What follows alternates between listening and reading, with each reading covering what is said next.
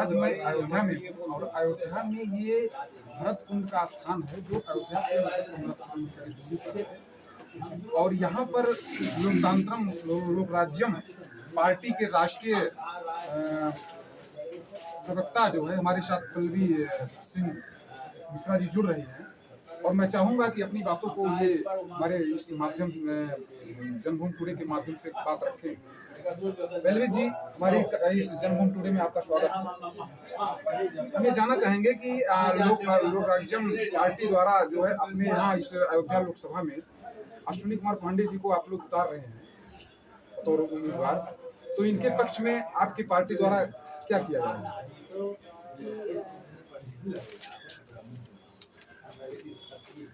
जी हमारी पार्टी जो है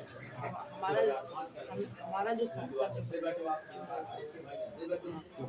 लोकसभा में जाएगा वो सर्वप्रथम तो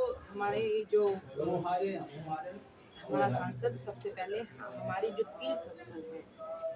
तीर्थ स्थलों को जो है पर्यटन स्थल से मुक्ति दिलाएगा। सर्वप्रथम कार्य है जिससे हमारे यहाँ हमारा जो सनातन धर्म है ये सुरक्षित है, न कि पर्यटक बना करके इस तरह से यहाँ पर लोग अनाप शनाप मदिरा पान करना और अन्य तरह की कुकृत्य यहाँ पर शुरू कर रहे हैं। अन्य जगहों पर इस तरह अभी शुरुआत हो गई है और इस पर रोक लगाना अति आवश्यक। द्वितीय बात मेरी ये है कि जो संसद में अनुच्छेद 77 और 377 और 497 जो इनकी जो है पुनः स्थापना, जिससे जो है हमारे जो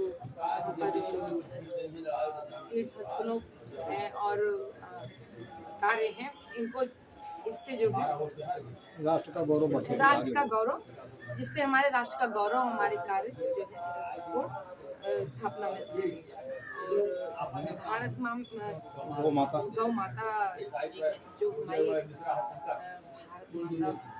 गौ माता जी वो हमारे राष्ट्रीय पशु हैं और इनकी जो हत्याएं लगातार निरंतर चोरी छुपके गाड़ियों में कारों में लोग भर के इस तरह से तस्करी कर रहे हैं। गैस के कंटेनरों में जो है तस्करी चल रही है इनकी, और जिससे इन चीज़ों से मुक्ति दिलाई जा सके और इस पर पूर्णतः रोक लगे और गौ माता को हमारा राष्ट्रीय पशु भी घोषित किया जाए। पल्लवी जी, चूंकि आप महिला हैं और ब्राह्मणों की महिलाओं में आगे आई हैं आप ये बताइए यहाँ के ब्राह्मणों के लिए क्या संदेश देना चाहेंगे?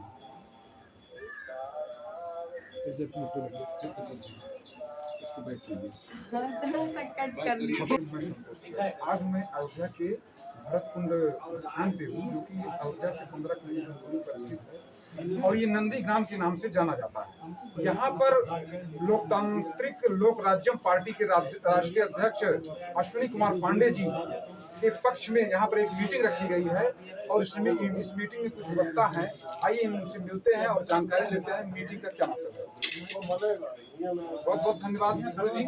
शुभ नाम बताइए। मैं डॉक्टर गंगाराम तिवारी, अखंड हिंदू राष्ट्र मोर्चा का राष्ट्रीय अध्यक्ष और अश्विनी कुमार पांडे जी अखंड हिंदू राष्ट्र मोर्चा के मंडल अध्यक्ष हैं, किंतु हमने ईवीएम मशीन के विरोध में चुनाव लड़ने का बहिष्कार किया है। लेकिन अश्विनी कुमार पांडे के प्रयास को देखते हुए, उनकी निष्ठा और लगन तथा सामूहिक आवश्यकता को देखते हुए उनका हमारे मित्र चौधरी जी ने प्रत्याशी के रूप में हमसे कई बार निवेदन किया। कल भी उनका फोन आया था और पांडे जी का भी उनसे संपर्क हुआ था, इसलिए पार्टी ने उनको यहाँ से प्रत्याशी घोषित किया है। हमारी शुभकामना है महात्मा भरत की धर्मस्थली से भारत की संसद में एक ऐसा व्यक्ति जाएगा जो ईसाई और यहूदी राष्ट्र बनाने वाली शक्तियों को बेनकाब करने की लड़ाई संसद में लड़ेगा। हमें अफसोस के साथ कहना पड़ रहा है कि आज भारत के प्रधानमंत्री नरेंद्र मोदी जी की कुदृष्टि के कारण भारत ईसाई और यहूदी राष्ट्र बनाने के लिए भारत का बच्चा बच्चा कंगाल हो चुका है। हर बच्चे पर 1 करोड़ से ज्यादा का कर्जा मोदी जी ने ला करके पूरे देश को बेच दिया है।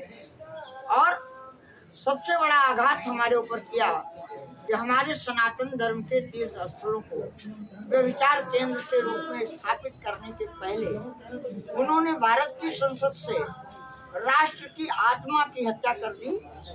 और जो काले नहीं कर सका अपने जीवन काल में, जो कार्य कांग्रेस कभी करने की हिम्मत नहीं कर पाई, भारत की महिलाओं का इससे बड़ा अपमान नहीं हो सकता।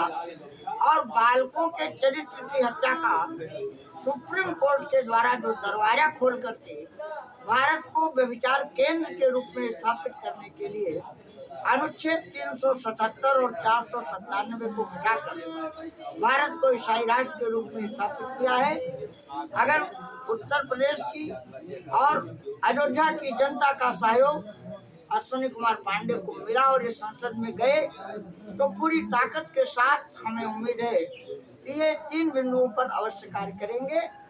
पहला है सनातन धर्म के तीर्थ स्थलों की पुनर्स्थापना, दूसरा है अनुच्छेद 377 को पुनः स्थापित करने के साथ IMDT एक्ट को पुनर्स्थापित करना, और तीसरा है विश्व की माता गौ माता की जो निरंतर हत्या हो रही है ट्रांसफर ऑफ पावर एग्रीमेंट के कारण, उसे पूर्ण रूप से गौ हत्या को बंद कराकर गौ माता को राष्ट्र माता का कीर्तिमान स्थापित करने का संघर्ष संसद की धरती से करेंगे।